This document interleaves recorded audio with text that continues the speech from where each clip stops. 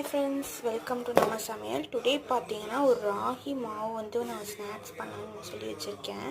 அதில் ராகி பக்கோடா எப்படி போடலான்னு பார்க்கலாம். ஃபஸ்ட்டு ராகி மாவு ஒரு கப் போட்டுக்கோங்க.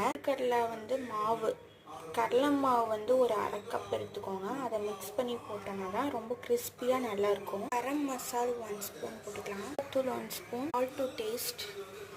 சின்ன வெங்காயம் தான் நீல வாக்கில் அரிஞ்சு வச்சுருக்கேன். சின்ன வெங்காயம், கருவேப்பில், ஒரே ஒரு பச்சை மிளகா போட்டிருக்கேன். அப்புறம் மிளகாத்தூள் மிக்ஸ் பண்ணியிருக்கோம். இதுதான் காரத்துக்கான டேஸ்ட். உங்களுக்கு வேறு எதாவது வேணுன்னா நீங்கள் மிக்ஸ் பண்ணிக்கோங்க.